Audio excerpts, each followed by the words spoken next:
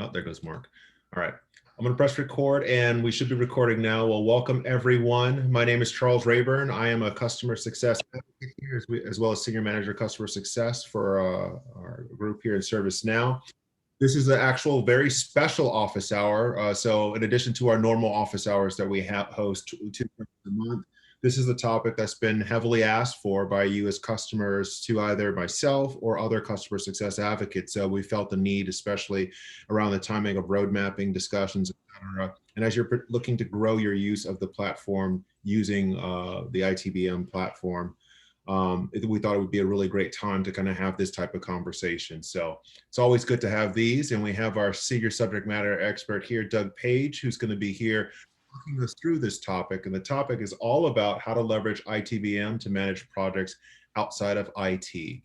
Before we begin, I just wanted to kind of make sure that for those, this is probably your first time attending an office hour, but for those of you who have, you could kind of put me on mute if you wanted to. But the whole goal of this session is to have the first 20 to 30 minutes of the senior subject matter expert talk to us about the topic from a ServiceNow best practices perspective. Anything and everything related to that. If there's a demonstration, they'll walk us through it, things like that. It's perfectly fine to ask any questions that you have. I just encourage you either to raise your hand within the chat window or just type the question in the chat window and I'll ask Doug as a part of that so that we can get those questions answered for you. Then the remaining half is all about you as the customer to be able to just ask any and every questions related to the topic nature on hand while we have the senior subject matter experts. So I'm looking forward to this special office hour, and definitely for those who are just listening to the recording, please reach out to your success advocates if you have any questions or comments around some of these items. And if you have other topics you want us to kind of host, we're more than willing to capture those and get the right subject matter expert and host one to have some customers and have some good conversations with. So with that, without further ado, Doug, if you could go ahead and I guess introduce yourself, and then the floor is all yours. Great, thank you. Yeah, so my name is Doug Page. I'm a product manager within IT Business Management. I've been in this PPM Agile space for a long time, and also fortunate enough to have on the phone as well Rob Erickson, who is an expert in this field as well, and I'm sure is going to help me field the questions as they come along. So what I wanted to start with was the product IT Business Management and who it's meant for, and how do we support different personas in the organization. I know the title here is, how we manage projects outside of IT, but generally from an organizational point of view, it goes beyond just the execution themselves of the projects. And you can tell I'm Canadian by the way I say project. Go ahead. Just really quick, could you put your PowerPoint in presentation mode? We see your the other side of. Hang on. I'm sharing the wrong screen. Is that better? Awesome. Perfect. Thank you for that. So we really offer functionality to three different levels of the organization. The first is the strategic level of the organization. That is for people who are defining the strategy, but also very importantly, who are defining what success means against that strategy. So it's not simple enough, for instance, just to say this project supports strategy ABC. It's when do we know that we're successful with that strategy, if you almost think of like a project status reporting, but for the strategy itself. And that would be C-level -1 in your organization. And the second level that we support directly related to that strategy is once that the strategy is defined, there's a group of people within an organization who are responsible for selecting the work that aligns to that strategy.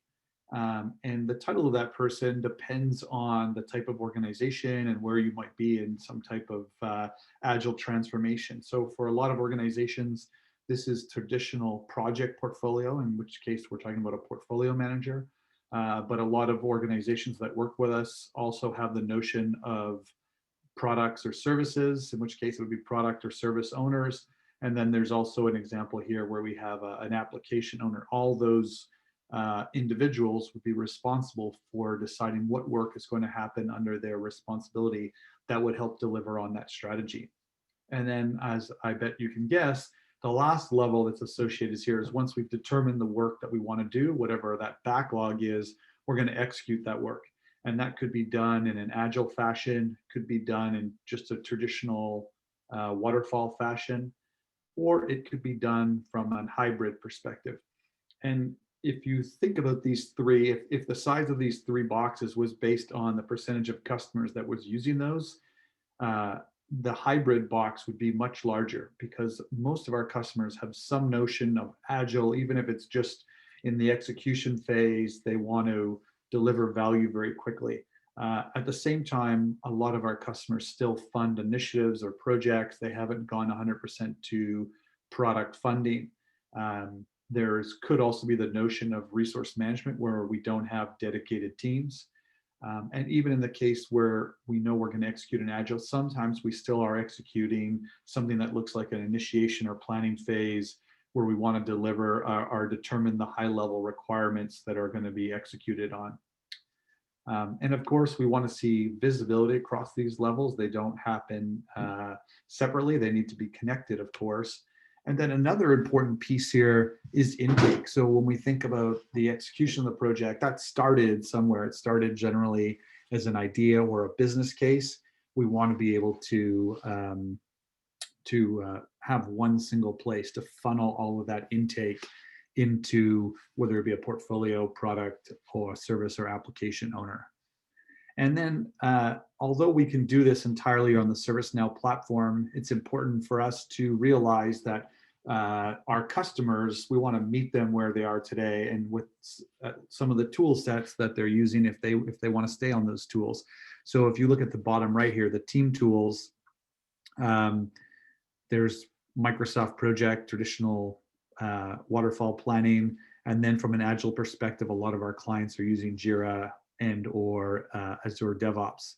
And then from a conversational perspective, something that's become very important over the last year with the pandemic, of course, is conversational tools. So now that much less of us are in offices together, how do we still collaborate together? And that's through solutions like Slack or Microsoft Teams. So as that is the what I would call the unstructured data around work where people are having conversations, ServiceNow would have the structured part of that project, meaning what is the work that needs to get done, when is it due, who's responsible for that work. We want to bring those two worlds together to really make those teams effective. So that in a nutshell is the overall view of what the product does from a high level perspective. I'd also mention there are three big strategic drivers that we have. So the first one is digital transformation requires enterprise agility. So this is the thinking that many of our clients are doing some type of transformation where they're moving just in basic terms from traditional project management to some type of agile execution. And we want to be able to support customers as they go through that transformation. The next item here is that digital transformation is enterprise-wide. So it's our understanding that we're doing projects outside of IT. Our roadmap includes a lot of things that are very specific around being able to support this EPMO type vision, if you'd like. And the last piece, this digital is the new normal. So talking about the collaboration tools and how we need to connect with those, this is that realization that everything needs to be digitized, whether it's through workflows or connecting to those tools. That's the way that people are going to work from now on going forward. So with that, let's jump into IT business management itself and look at some of these concepts and how they can help us execute non-IT projects. And one of the things I'll just mention is as I've gone through this content, one of the things you'll maybe notice is that I didn't really talk about any IT specific functionality. So the functionality that we're using at that strategic alignment and execution level is not specifically designed for IT projects. It's really meant to be used to execute any type of initiative that we have. So it certainly is meant to support non-IT projects as well. So where I'm going to start here is at that strategic level, where we see on the left-hand side of the screen, these are just samples, of course. This would be a fictitious organization that has three strategies: total revenue, the customer service score, and the employee experience score. And I would say outside of public sector, these are three very common examples that we see with clients. And you'll see here, these are actually scored. The two first ones, the total revenue and the customer service score, those are green. We're doing fine. And how do we know that we're green? Like, why is that we're green? If you look at the right-hand side, we have the actual metrics. So the black line that you see is our target, and the green or the blue line are the actual measurements that we have against that strategy. So in the first two cases, the green and the blue line are above the black line. We're exceeding target. Everything is good. When we come down to the employee experience score, we can see that we're red here.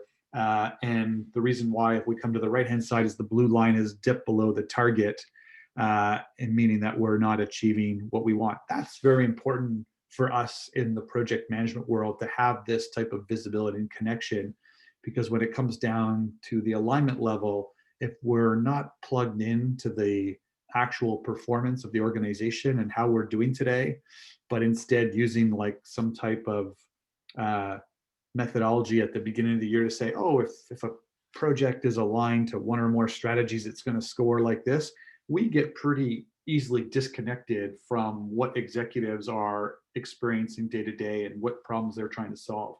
And again, this year is like a cliche example of that.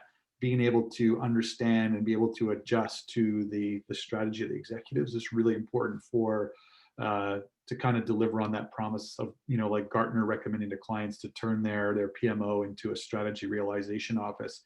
We can only help have those conversations if we are plugged into this kind of vision.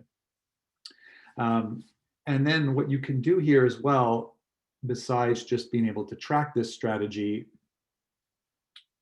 is we have functionality called investment funding. So this is taking the strategy and then deciding where do we want to fund the organization in order to deliver on that. Because very often when customers are doing transformations, their first focus, and sometimes their only focus, is the actual methodology to get work done.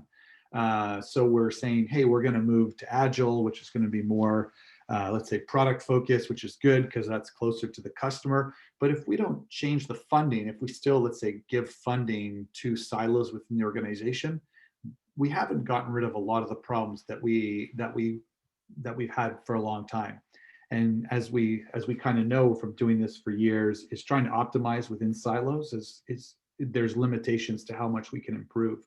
So this investment funding functionality allows us to really put in from an organizational perspective to say, we used to fund like this, and now we're going to fund like this, because we realize funding is going to change behaviors within our organization. So you can fund through this view. And this is also, you'll notice this is setting up by quarter about how much I'm funding, in this case, various strategies. And this is quarterly. So even if you're given, as a lot of us are, an annual budget, annual number, you don't necessarily have to give that out all at once. So even if finance is still in a annual funding cycle, we can be more adaptive here and more agile by parsing out that funding on a quarterly basis. And this you'll see is at the enterprise level, but this cascades down. So from a strategy, we might fund portfolios and then initiatives, or we can also fund agile objects as well. And there's a tree view here where we can see for these, this one is not populated that well, but we can see what the strategies are funding. So in this case, I'm funding a portfolio, which is HR, and then within there, I'm funding a specific project. But obviously, in reality, you would be funding many, many projects, and up one level, I might be funding multiple portfolios for this strategy. And this functionality also supports the bottom-up funding. So we think about the execution of those non-IT projects. They have to request funding up through this hierarchy so that we're funding the right work. Because as we all know, it's not just about executing really well. If we're executing really well on the projects that are not the right ones, chances are we're not going to reach the outcomes that we want as an organization. So let's move from that strategy layer and actually go into the intake. So if we think about the starting point for a project starts as an idea. And where we're going to go to start talking about this is what we call the innovation portal. This is a place within ServiceNow where you can collect ideas from your entire organization.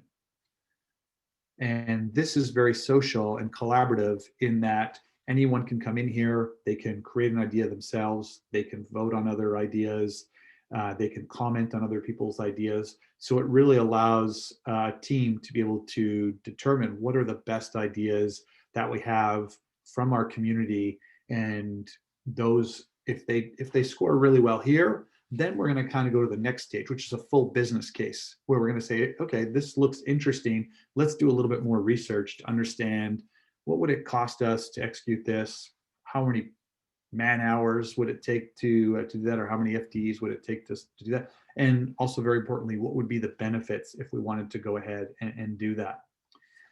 So let's skip ahead just based on the amount of time that we have. So these ideas become business cases, and then we need a place to be able to do analysis of what those, of how we would make decisions around these new business cases that come in, and also looking at that at the same time as we look at the projects that we have in flight. And to do that, we're going to look at our portfolio management functionality.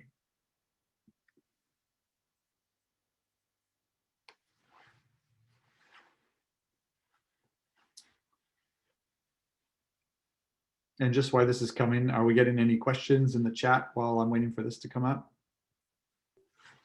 So far, so good. No questions. All right.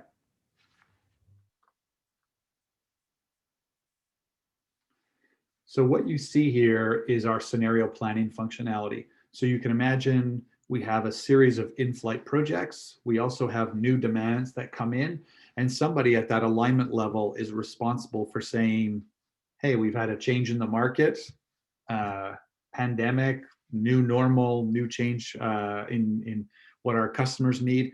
What are the scenarios that we can create to give options to executives on what we might want to execute? So you can see these three tabs here: grow the business, improve the bottom line, customer satisfaction. Those are scenarios that are created that are going to allow us to see these different examples of how we can have a different mix of projects going forward. And for each one of these scenarios, we're going to select different investments. And by selecting those different investments, we're going to see the impact on a couple things. We're going to see the impact on our financial constraints to say how much of our budget envelope are we consuming. And I can see that from a total perspective as well as CapEx and OpEx.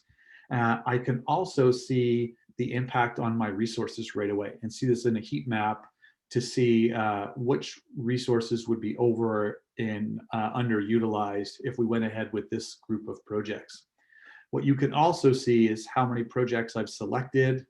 I can see the total benefit amount. So each of these projects, as we said, is going to provide as part of their business case the amount of benefit that they would deliver. We can also see unaligned items. These are projects that aren't aligned to either a strategy or a goal of the organization.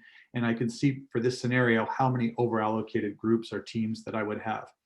This red line below here, this 1.7 million, also shows me money that I'm leaving on the table, meaning there are in-flight projects that would not be going forward under this scenario. And I'm able to see how much of that is. Doesn't mean it's a bad decision, but it certainly means that you want to know about that so that when the question comes up, you're aware of it and you can answer the questions.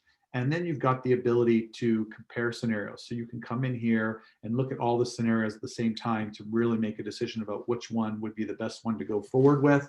And then you can actually click on the override button at the bottom of the screen here for that scenario that you've decided to go forward with. So let's now switch gears and go into the project management itself.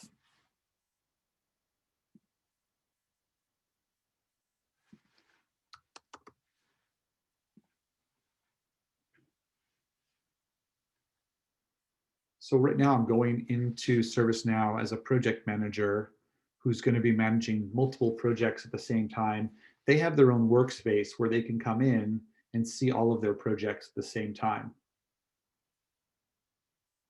And what they see here are a tile for each project. And very easily they can see the color of that project, whether it's green, yellow, red. They can see the percent complete. They can see where it is in the life cycle. They can see dates.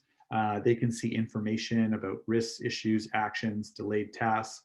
And if they click into this project, they're going to be able to come into the details where they're going to manage all the information around this project, all the risks, the issues, the decisions, the actions, the changes, the plan itself for this project. And let's go in and quickly take a look at that. So when we go into the planning, you're going to see this would be very similar to what you'd see in other planning tools. This is a place where you can come in and create a hierarchy of tasks, generally by phase, all the deliverables that we're going to have for this specific project. One of the things that's interesting here that I'll just point out, you can see in this dev execution, we've got this icon with these two arrows. And if I hover over that, it tells me that this is agile. So one of the things that, and I talked about this earlier, about that hybrid, ServiceNow does this very well because both of those worlds exist on the same platform. So it's very easy for me to identify that I want to do agile work within this one project. And in this case, I'm not creating tasks within that phase. I'm actually creating stories within that phase that can go into the backlog of one or more teams. And I'll come into the workbench view just to show you what that actually looks like. So for instance, if I come into the initiation phase, what I see here are project tasks, and this is the life cycle for a project task. But if I come into this dev execution phase that we already know is agile, we can see just by the names here, these are not tasks. When I create something in here, I'm actually creating a story. And as I said, these could be for multiple teams that each have their own backlogs. And when they progress these stories, the project manager is going to see that updated here, which is really nice because that's one of the struggles for project managers these days is keeping up with what different teams are doing if those teams are working in separate agile tools. And for us, it's transparent to the project manager whether those agile teams are doing their work on the ServiceNow platform using our agile capabilities, or if they're in third-party tools like Jira or ADO, because we have out-of-the-box connections to those tools. So everything updates here for the project manager regardless of what's happening down there at the team level.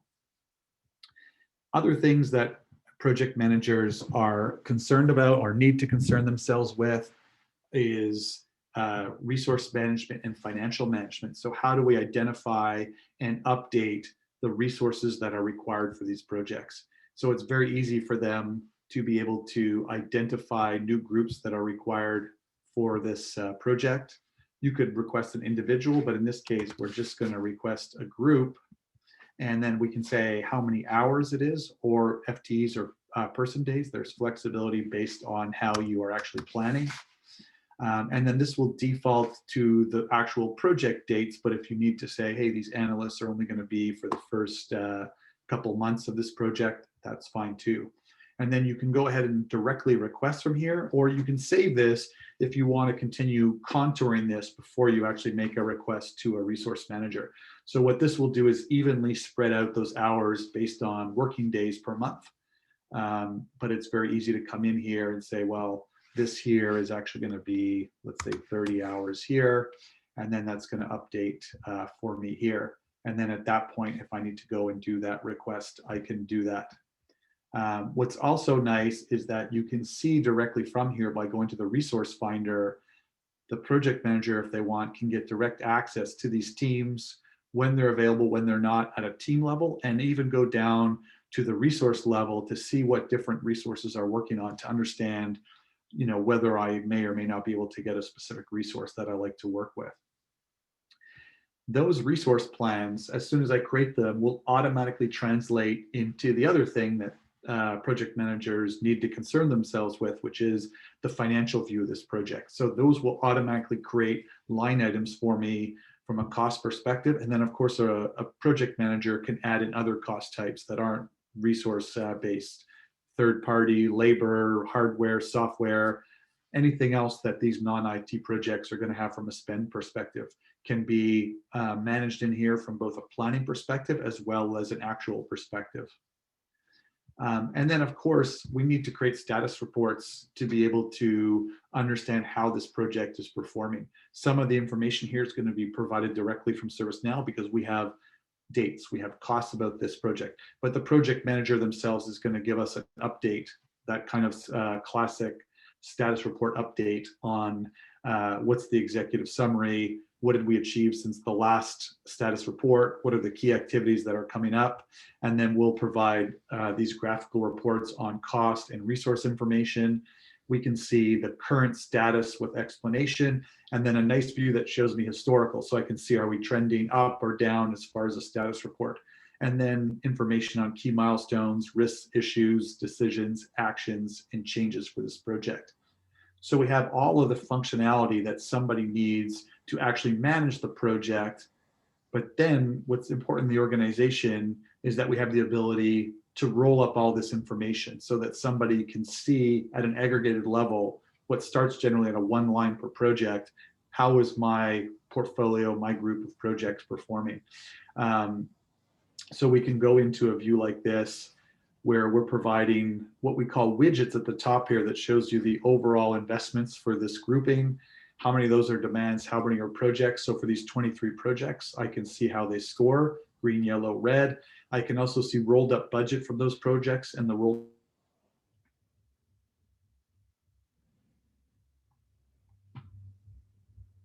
Hey, Doug, can you hear me okay?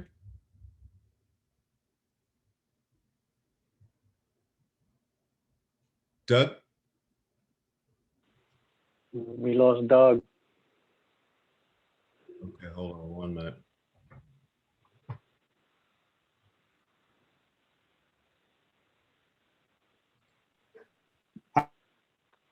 Hey, Doug, can you hear us okay?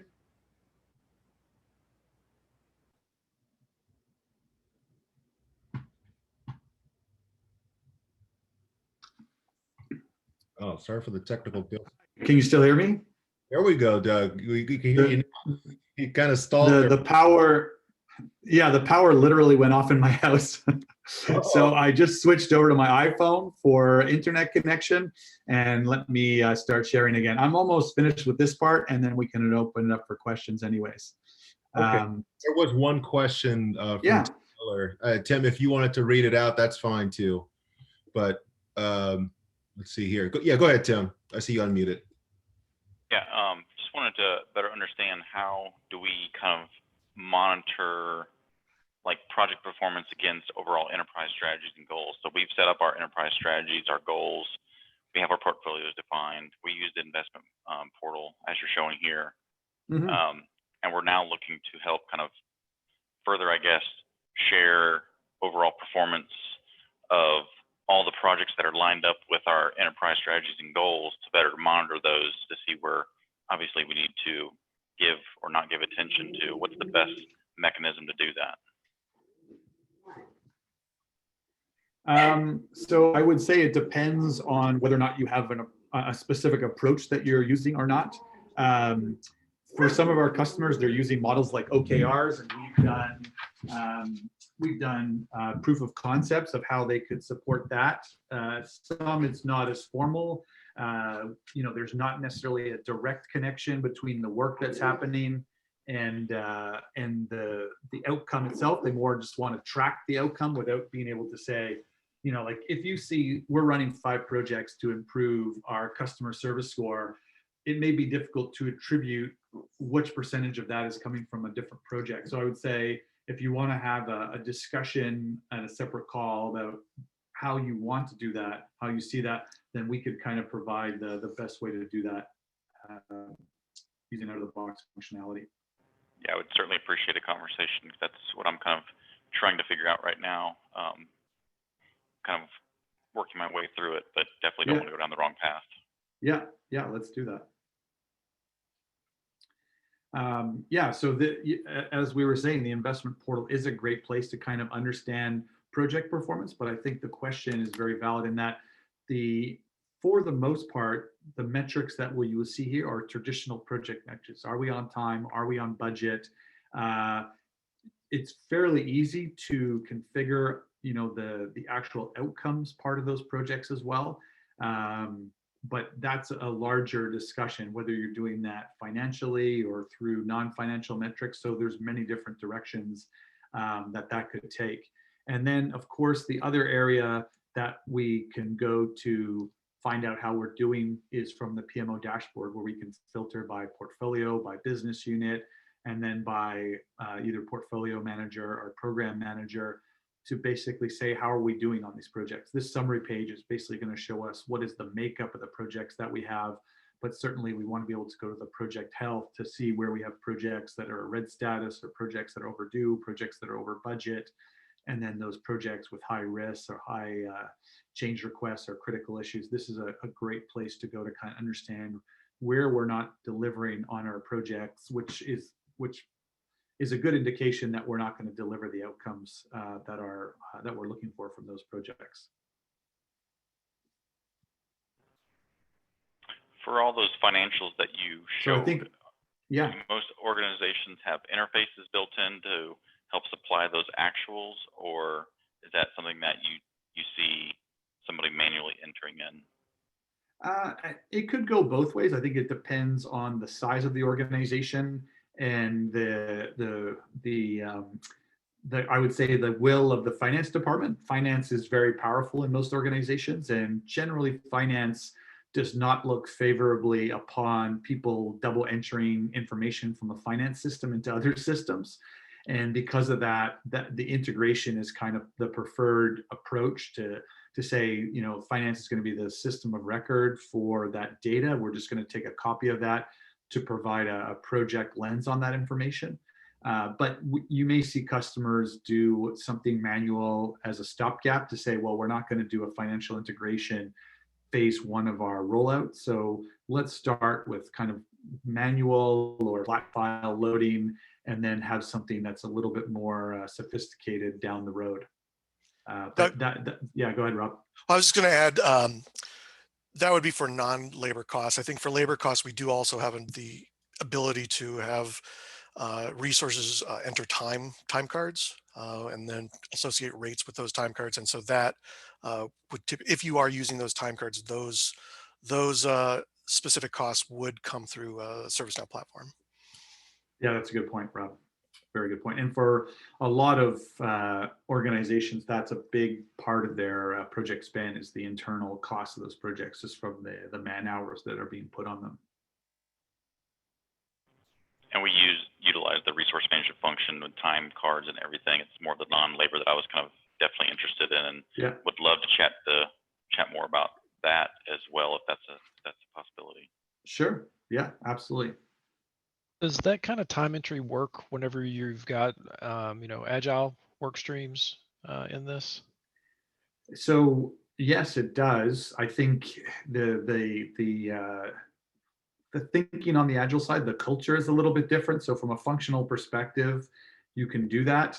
A lot of agile teams are, like I would say, like no one likes timesheets. Agile organizations tend to be more resistant to time tracking. They don't necessarily see the value. They view that as something that comes from the traditional project world. So if the teams are okay with it, then you can absolutely do that. We have several customers that have looked at kind of, I would say, for lack of a better word, automating that process. If there's some assumptions that the teams and the finance teams can live with, you might say, like, one of the assumptions would be, are all people on the team working evenly across all stories? If everyone could live with that assumption, then you can say, well, this is how much time we had in that sprint. Let's spread that time based on story points, and this is how much each individual worked on that story. I know a lot of organizations are trying to go to that type of approach so that people don't have to do timesheets, and as long as the finance team think that's going to pass audits that they have to do, and that meets all their legal requirements from a capitalization point of view, then you can certainly automate some of that as well.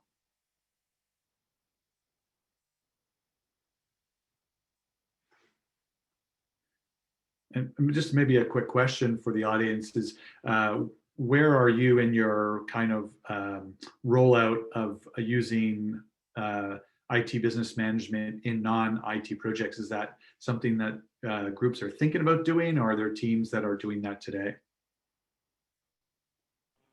This is Tim with Vidant Health. We are in the process already of having our enterprise PMO kind of on board. We have portfolios defined, and we're learning to work together. That's good. That's great. And there's on the kind of under safe harbor, there are specific pieces of functionality that we're looking at rolling out to help that, because we realize as soon as you move into the enterprise, there's certain things that clients are generally looking for that we may not do very easily today around kind of enterprise security models. So when you have different departments versus just IT, there becomes a greater requirement for segregating data and things like that. And then we're also working very aggressively on usability in certain areas like project management, because as soon as you move out of IT, there is more of an expectation is the work might be simpler, and in which case we need a simpler UI. The project management part should actually be easier. So there are several pieces like that that our development teams are working on right now. Doug, does that include visibility into, kind of the projects that are in flight? I mean, one of the things that we talk about, and this is Chris Waters at UNC Greensboro, and we're working with our PMO is working with, our academic affairs unit and our business affairs unit, and there's a lot of projects, across IT and those other units on campus that are in the system. The question I get a lot as product owner is, hey, how can people that really don't have work items to do in the system see the status of work in flight? And there's a lot of permissions and roles that need to be assigned for people to have visibility for certain dashboards and views. Is that part of what's being looked at in the future, is making that information easier for people to get to? Well, some of that is there today.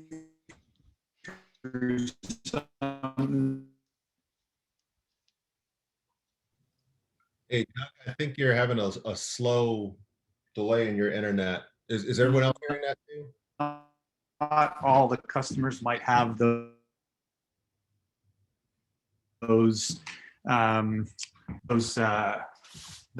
roles or those license types, but there is a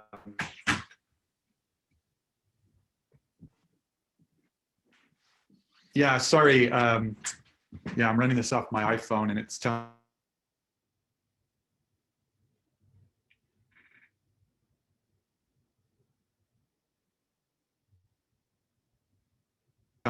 me my internet connection is unstable.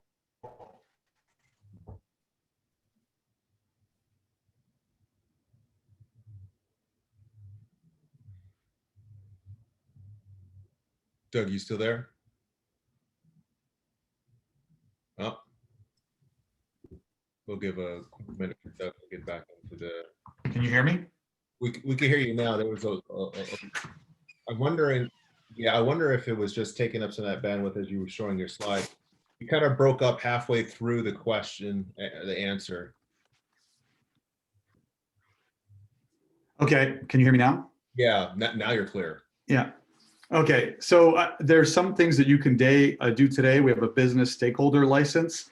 There are some customers who take information out to the service portal. We don't have, I would say, like a silver bullet answer that says anyone on the platform can get access to project data. There's a bit of nuance there around people having access to work they're supposed to do in licensing and things like that. But that business stakeholder was something that we wanted to participate in to give people view-only access to information. So if there's additional questions on that, you can certainly follow up with Rob and I. Okay, great. Thank you. This is Dave Hegarty from the state of North Carolina. I just have a quick question. When you had mentioned about financial resources doing integrations, are they using Integration Hub or are they mostly doing custom APIs? Rob, do you want to talk about that one? Sure. Yeah, we don't have any existing spokes that are basically out of the box for any of the financial management systems integrating with project financials. It's something that could be built within Integration Hub as a custom spoke, or it could be something that's done as kind of the older style of integration. I think I've been involved in a couple implementations that use SAP, and that was um, before Integration Hub, but I think either could be leveraged. But like I said, there's no existing out of the box spoke. Okay. That helps. And then I guess as a follow up, when the discussion around time card, does that need to have organizational hierarchy already built into the system before implementation or an integration with an HR system or record that'll be updating? I would think it does, but I'm just Well, trying to get not there. necessarily. I mean, I guess what we typically use out of the box I mean, if you did want to roll things up from a reporting perspective, you would need that information in ServiceNow associated with the user record. How we typically do like approvals is for certain records, if it's not project work, it would go to the who's identified as the user's manager in the system. And if it is project work, it would typically go to the project manager to approve time. And you can, and actually could potentially go to both if that's how you have it configured within the system. But it doesn't, for approval, there's no concept of the organizational hierarchy. Was there a specific use case you were thinking of why that would be necessary? In my organization, there's a lot of turnover at times, contractors and whatnot on projects. So just trying to have that alignment and always making sure the resources are available. Time's been entered appropriately. People aren't overbooked in that kind of heat grid. So that's why I was trying to understand just, what do people normally do in terms of rolling it out first?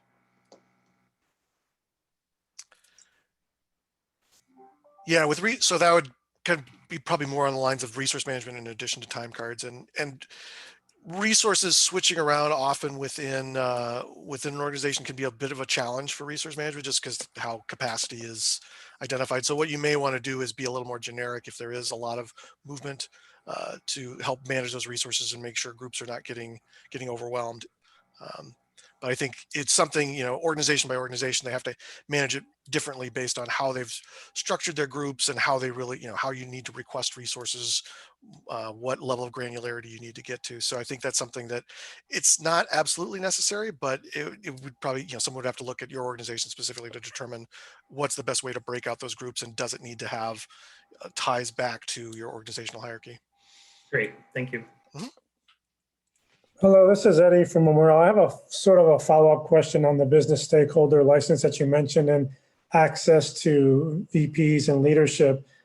We're looking at the Customer Service Management Pro license. Does that allow to do the same thing, not only internally, but to our external customers? Because when I saw this presentation, I'm thinking outside of IT.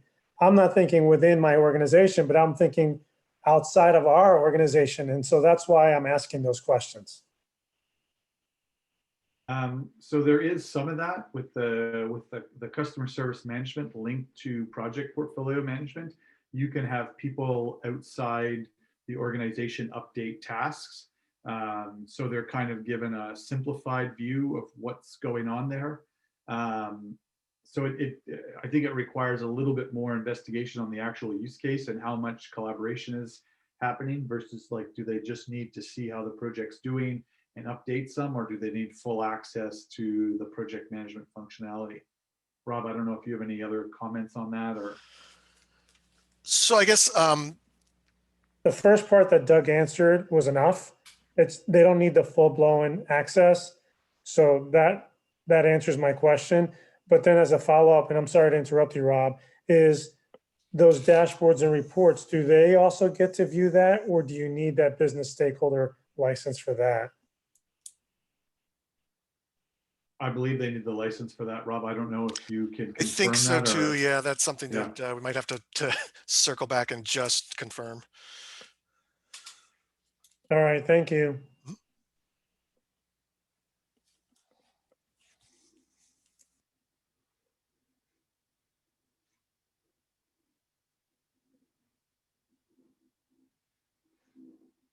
Any other questions from anyone? Yeah, so far I don't see any additional ones within the chat window. I think you answered all of those. Did you have anything more to share, Doug, or is it now you guys are No, all open-ended questions then? Okay, perfect. Any additional questions from the team then? Any customers that have any questions for Doug and Rob while we're here? Got another one, Charles. Go for it. What's your normal, I guess, implementation timeline when trying to roll this out at an enterprise level? I guess what is the, I know it's a very open-ended question, but I guess what have you seen historically in terms of adoption, in terms of implementation with getting the full EPMO set up? So I'll jump in. Just I've come from our customer outcomes area that does our implementations. That was my previous position at ServiceNow, and it really varied wildly based on, I think if you try to stay out of the box with just, with almost all the functionality and just leverage existing functionality, not try to configure or customize too much. I think I've seen projects get implemented as quickly as about 3 months. If you decide to do a lot of, you need to basically configure things to suit your organization specifically and make a lot of changes within the product, it can certainly stretch out to like 6 months to even I've seen projects be up to about a year. But I mean, it really it drives the concept that you want to try to stay as out of the box as possible. As long as you are meeting all of your um, business goals and expectations. But again, it can, I can't provide any kind of guarantees there because it's just, it's something that can vary based on, do you want to bring your old data forward? Do you have a lot of integrations that you need to do to third-party systems? A lot of different areas that can make an implementation a little more complex. But like I said, if you stay out of the box and you don't have too many complex integrations or configurations, you can implement fairly quickly. And I think our customer outcomes group has just released a new kind of a accelerated rapid implementation plan that is something that I think that if a customer is really looking to get going quickly, might be something to look into. I think like one of the things that's also like, what Rob was alluding to is out of the box is good, but one of the reasons out of the box is good, there are several, is that you get faster time to value. Everyone likes to get value sooner. But one of the other key variables will be whether or not you're going from many different systems or if you're actually doing a rip and replace of an existing PPM system. Because if you're doing the latter, you may have a certain number of things that you're already doing on that system that you may need to replace out of the box day one when you start on ServiceNow. And that might lead to a little bit longer implementation because you may already be doing resource management, financial management on that solution that you need in ServiceNow day one, versus if you're saying, well, resource management's happening in Excel and the project planning is done in Microsoft Project, you could kind of pick and choose, say, okay, in phase one, we're going to tackle this. Phase two, we're going to tackle this, and it allows you to kind of deliver those in smaller chunks. And Rob, there's a question in here that they were using the IDEA object before the IDEA portal. Is there an easy way to convert existing to show in the portal? So yeah, I saw that Scott Wallace responded with a link. Oh, he did. Okay. Yeah, but then I think there was a follow-up question that maybe there's some issues. Yeah, okay. So there's a script to create many-to-many map. Okay, so yeah, that's something that's a bit more of a technical question that we might want to maybe take offline and see if we can get a official support answer to that. So, Charles, do we have like Holly's information so we could follow up on that specific question? Definitely. Okay. Yeah, you could just, I'll capture that and we'll try to track that for you. Yep. Okay, we have about 3 more minutes left. Any additional questions for the team?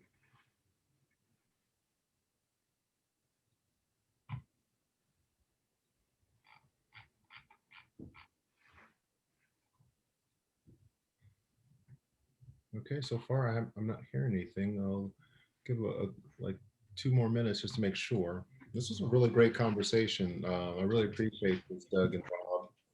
Are there any kind of like best practices outside of what you've just mentioned that we should all be looking forward to and kind of just making sure that it's on the top of minds of customers as they're thinking about how do we expand the footprint and use ITBM to manage projects holistically in the platform.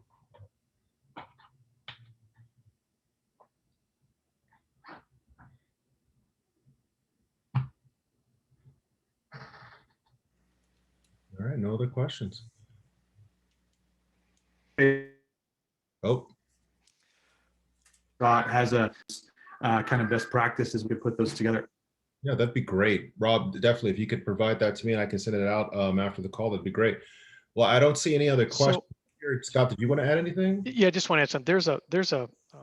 And I'll send this to you, Charles, so you can kind of distribute it out. But there's a new collection of enablement assets. It's called Now Create. And it's really kind of the path from the very beginning all the way through to adoption and expansion and embedding and, champion enablement and all.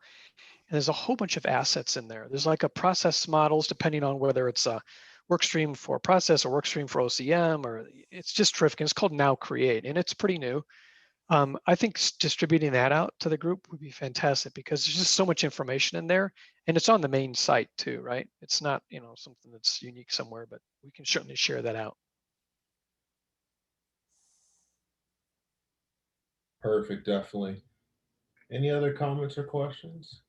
Yep, David. Yep, a lot of our customers, we've pointed to several of them to Now Create. Not just for ITBM, there's so much great stuff that's out there. So definitely let us know, provide some good feedback as you guys go on Now Create.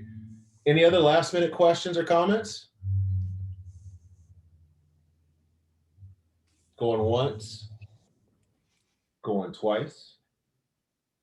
All right, going 3 times. Thank you guys so much. Thank you, Doug. Thank you, Rob. Also, too, thank you, Scott. I really appreciate this. We'll provide a PDF copy of the PowerPoint deck as always after the call, as well as I'll send out the recording as soon as Zoom creates it. Thank you guys. Have a great rest of your day. All right, thanks very much, everyone. All right. Thank you.